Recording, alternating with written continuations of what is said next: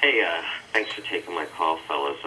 The data center is really quite an amazing construction project, and I'll give the NSA credit. Nobody really does IT like those guys are really on the ball.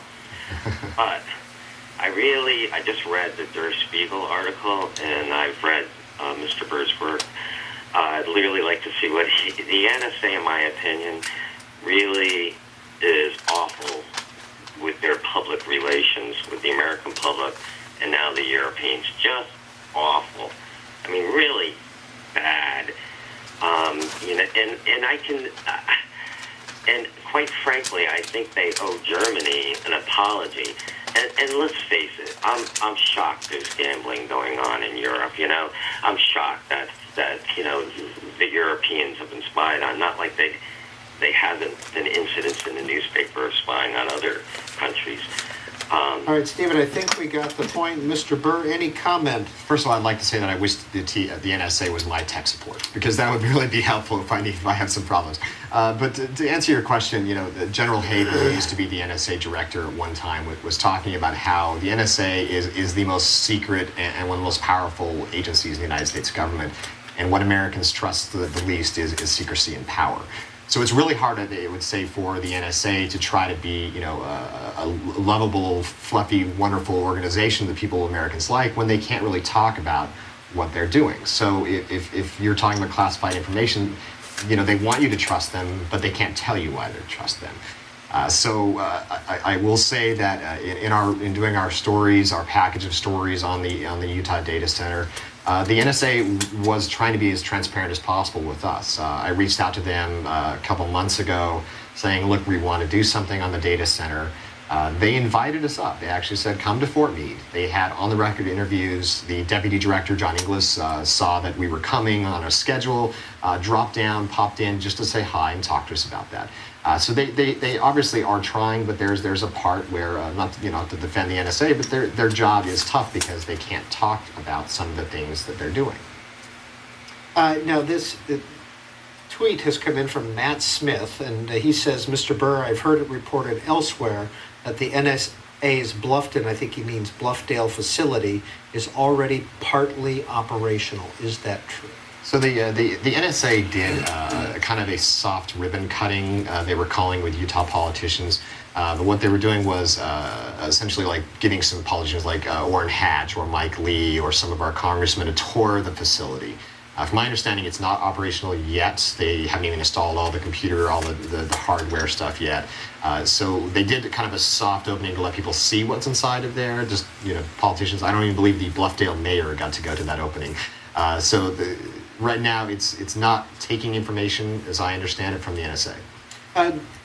Senators Hatch and Lee, Representative Chaffetz, have they been critical of some of the leaks about the NSA, and how do they square any potential criticisms with this new data center opening in their home state? It is a fascinating point to find themselves, right? Yeah, so I think it's kind of fun to see how they respond to this in one way, because they were so happy to have the center come and push for it to come. Senator Hatch is a longtime member of the Intelligence Committee. He dropped off a year or two ago, but he's very much defended this. He says he knew about the NSA's programs, and he believes there's plenty of oversight over NSA, and we shouldn't be so concerned about it. Senator Mike Lee is a little more concerned. He's worried that in the end, what the NSA is doing is broaching the privacy of Americans. He doesn't want to see that happen. Congressman Chaffetz, very similar. He's also very concerned about this. Both Lee and Chaffetz are sponsoring legislation to deal with some of this stuff.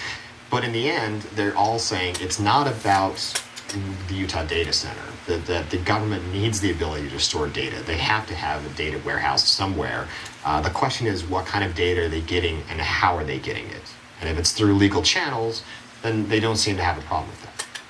Eric, Frederick, Maryland, Republican line, Thomas Burr, the Salt Lake Tribune is our guest. Yeah, thanks for taking my call. I'm not sure if your guest is intending to do this, but some of the comments that are coming across to the American people about this merely being a data farm, and that they're not analysts that are drooling over the data, tends to diminish the actual unwarranted intrusion into our private lives. For instance, if you give some perspective on it, the British troops that would enter into people's homes and seize papers and invade people's homes prior to the Revolution was one of the things that our founding fathers established the freedom from unreasonable searches and seizures, okay, as a basis for... Eric, I think we got enough to work with here, okay? Thanks for calling in. Mr. Burr, any response to that caller? I think, let's clarify here. We're talking about the Utah Data Center. The Utah Data Center will not have analysts. As we understand it, it is just a data farm. That's not to say there aren't plenty of analysts out there. The NSA has a workforce of 40,000 people or so. The actual number is classified. But there are analysts in Georgia, there are analysts at Fort Meade, there are analysts all over the country at different facilities. The Utah Data Center is not going to be the place where they're looking at screens and trying to decide or ruling what information they're going to get or not. It's going to be simply a data farm. I will go back to even the beginnings of the NSA, even before the NSA, after World War I. There were organizations within the United States government whose job it was to break codes, to try to gather intelligence from other countries. At one point, it was put a stop to by the Secretary of State, who said, "Gentlemen, do not read other gentlemen's mail." Obviously, that's changed now, and there have been a lot of revelations. I think we've all become readers of The Guardian these days. I'm sure their clicks on their website have gone up. Because they have had some really fascinating information, the Washington Post as well, in what the NSA's operations are. And for the first time in a while, we're getting a really good look at some of the secret activities that the NSA is doing. And obviously, there's a lot more that we don't know, and that's again the struggle the NSA has is, and us as reporters have, is trying to dive in and actually figure out what is going on. Your colleague, Nate Carlisle, wrote this article recently in the Salt Lake Tribune. Pardonnez moi, NSA has been in Utah a long time. Why? This is one of those Utah qualities that they like to extol. Brigham Young University, the Mormon Church. The Mormon Church sends missionaries all over the world. So we have people who live in Utah who then go to France, they go to Brazil, they go, all these different countries, they learn these languages, and then they come back to the state. So there is a wealth of people who are linguists in Utah who speak all these languages. And one of the reasons the NSA had the facility in there already was because they didn't have to train people in these languages. They were fluent, they lived in the country, and so they could, help them translate, help them decipher some communications they were getting in. This is a separate part than necessarily analysts, but they are part of the NSA's operations. Are all these articles that we're showing, Mr. Burr, available at your website? Absolutely. If people want to read the history of this? sltrib.com, and we'd love for you to go. If you have more information and more questions about what the NSA is doing, that's the whole reason we did this project. We wanted to make sure that when people see this big structure, as they're driving down Interstate 15, or they're on Bangalore Highway, or they read about it in other news other news outlets like Wired Magazine has done a really good job of looking at the Utah Data Center. We wanted to drill in and say, give our readers some information of what's going on inside these big walls. Now, can you see this building from the highway? Yes. And it's pretty obvious. I mean, it's big enough that, yeah. And, it's one of those that you have to tell. It's obviously something major is going on there. It's not some small little facility. And again, of that 1.5 million square feet, how is that space being used? So the number is 1 million square feet. I apologize. So it's a think sixth the size of the Pentagon. There are a lot of different numbers being thrown around right now, but I understand 100,000 square feet is actually the data part, the stacks of computers with all the cables going to them and the lights blinking. Another 900,000 square feet is the technical support. We're talking the coolers. We're talking the air ducts, the water pipes, all those kind of things, the electricity corridors. Those are the things to make sure this operation runs. In a recent article that you wrote, that the NSA and Governor Herbert confident data center can avoid new energy tax. What is this about? This was one, you just mentioned Nate Carlisle actually discovered this. And it was one of those things that kind of slipped by us in the legislature and apparently slipped by the governor's office and slipped by the NSA until a certain point. But the Utah legislature passed a law that allowed the Military Installation Authority, which is essentially Utah's agency that tries to get contractors and government to build in Utah. The legislature passed a law that allowed them to tax electricity rates up to 6%. Well, that's not exactly what the NSA agreed to. So after Utah passed the law, the NSA sends an email to the governor's office, says, hey, we need to chat. We talked to the NSA about this, talked to Governor Herbert about this, we talked to the sponsor of the law. They're pretty sure they can work out a deal where the NSA is not going to have to come in and pay. Again, they're already paying $18 million a year in electricity. 6% on top of that's a lot more than they didn't expect. And the state's very much stressing we didn't try a bait and switch here. We're not trying to screw them over now that we've got them. So they're pretty sure they can work it out. Sheila, Shrewsbury, Massachusetts, Democrats line. Thanks for holding. You're on with Thomas Burr. Hi, thanks for taking my call. I would just like to make 3 quick points. First of all, I think the whole NSA collecting this data on phone calls from the United States and around the world is totally illegal, and our government officials in the Congress and the Senate should do everything they can to stop it. I think it's also very outrageous and sinful when you consider the amount of cuts they are making to the young, the poor, the disabled in this country, that they can spend all that money on what I consider to be frivolous and illegal. And I, for one, thank Mr. Snowden for bringing this to the world's attention, and I really do believe he ought to be given a Nobel Prize, not harassed and thrown out of his country. And that's all. Thank you so much. Mr. Burr. Well, thank you. Mr. Snowden is a traitor to some and a hero to others. So I guess it depends on how you view what he's done out there. But let's be clear about a couple things. One is what we know from Mr. Snowden is that the government is collecting through an order by the Foreign Intelligence Surveillance Court telephony metadata. Essentially, it's not the content of phone calls, it's not the names attached to the phone calls, it's that X number, called X number, and the conversation was 30 seconds. So, you know, it may be not enough assurance to some people out there that they're not doing more, but that's what we know so far. As far as what they're doing with other countries, I think we're learning more and more every day. And I would, again, stress looking at The Guardian, looking at The Washington Post, reading, Wired Magazine and others that actually have done a really good job of looking into what the NSA's operations are. The caller raises a great point, and that's oversight. And that's always been a big deal for the NSA. The NSA has gotten in trouble in the 1970s with a little bit of overreach. A little bit maybe is too much of judgment there. They got in trouble in the mid-2000s with the warrantless wiretapping. And now again, they're in the public spotlight. So the question becomes, is there enough oversight? I think we saw the day after the leak from the Guardian's revelations, the chairwoman and ranking member of the Senate Intelligence Committee doing a joint news conference to defend the program. So whether you believe that's enough oversight or not, that's what we have at the moment. From one in the series of articles in the Salt Lake Tribune, Futures Now. The NSA will use the Cray XC30 series of high-capacity computers to crunch at least some of its data, according to documents from several of the agency's private contractors. It's unclear, though, if these will be deployed at Bluffdale or elsewhere on the NSA's network. It goes on to say that the NSA will feed such petacrunchers an even more astonishing collection of data.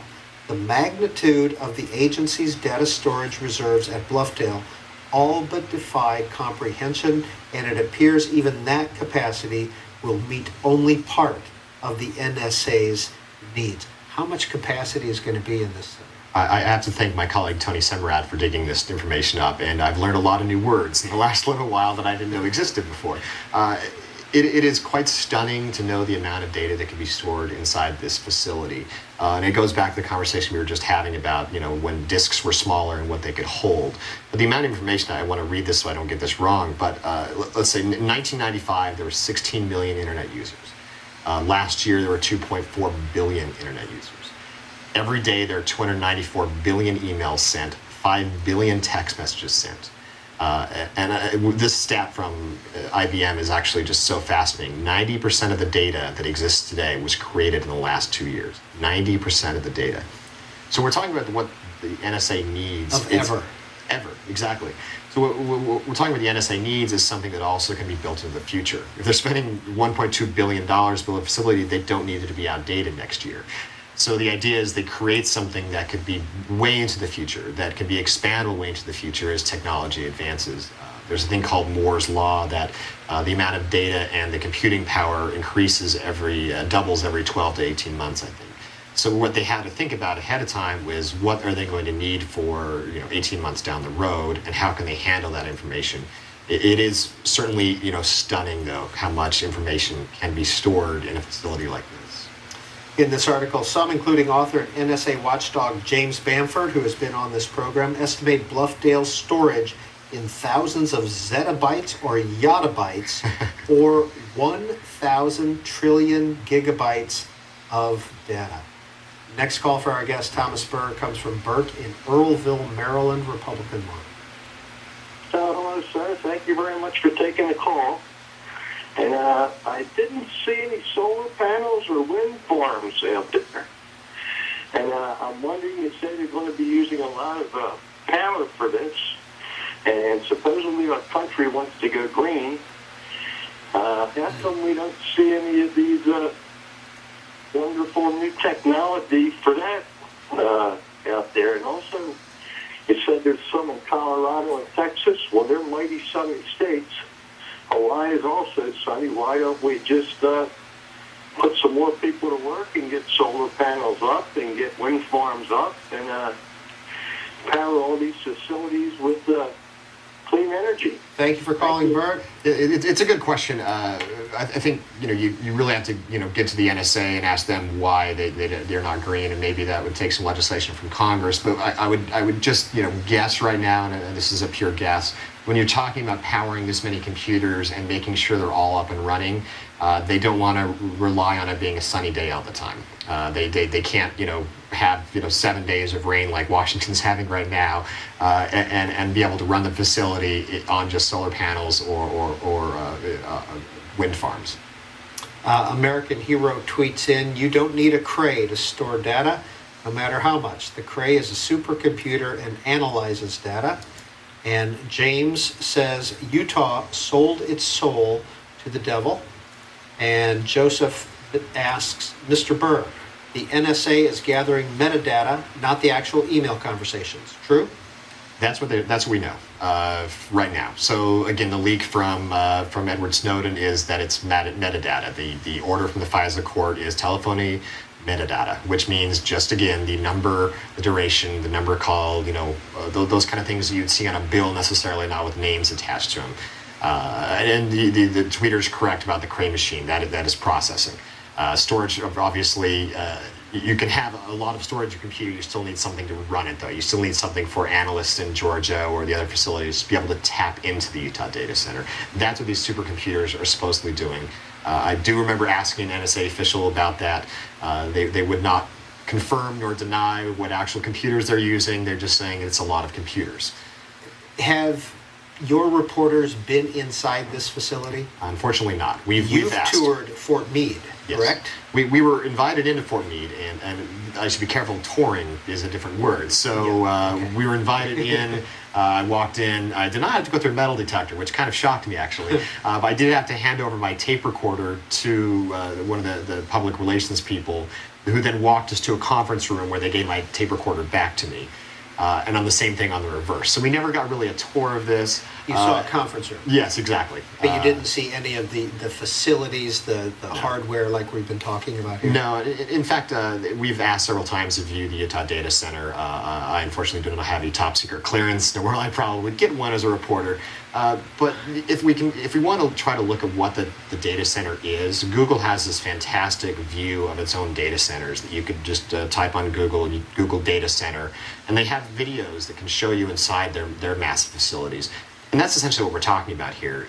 Rows and rows of computer stacks and blinking lights and different colored cables. That's what we're talking about. What's been the reaction since this series came out in the Salt Lake Tribune of Utahns? This is one of those that's changed over time. I think when we started this project, it was way before Edward Snowden or anyone knew his name, and before he was hiding out or stuck in transit in Moscow. So since then, I think there's a lot more interest, and people are maybe waking up to the fact that this facility has been being built there, and what is actually going to go on inside. Again, there are people who believe this is protecting us, our national security, and we've had General Alexander, the head of the NSA, now talking to us about how this is stopped several terrorist attacks. To others, this is just another monument to American overreach and domestic spying, and it scares them. The NSA keeps stressing that's not what they're doing, but when you have a big, bulky facility like that, it's bound to ask some questions. Mason, Dayton, Ohio, Democrat. Hi, Mason. Hi, good morning. Thank you so much for taking my call. I have two things to say today. First being that I was surprised to agree with the Republican a little bit ago that was talking about the solar paneling or using some clean energy sources to power such a large facility, which I have to disagree with your expert on the show because it doesn't have to be sunny every day to use solar power. I mean, that's just silly. It can be used to mitigate fossil fuel energy, and we should be looking at that, but that's a long way down the line. Secondly, with such a large building and them housing so much metadata in these buildings, you're going to have a lot of IT.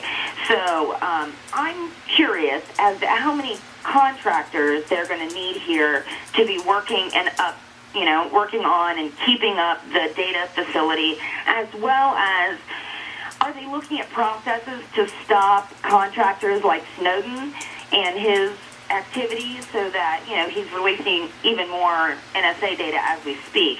Are they looking at ways before this opens to stop that from happening a little bit more?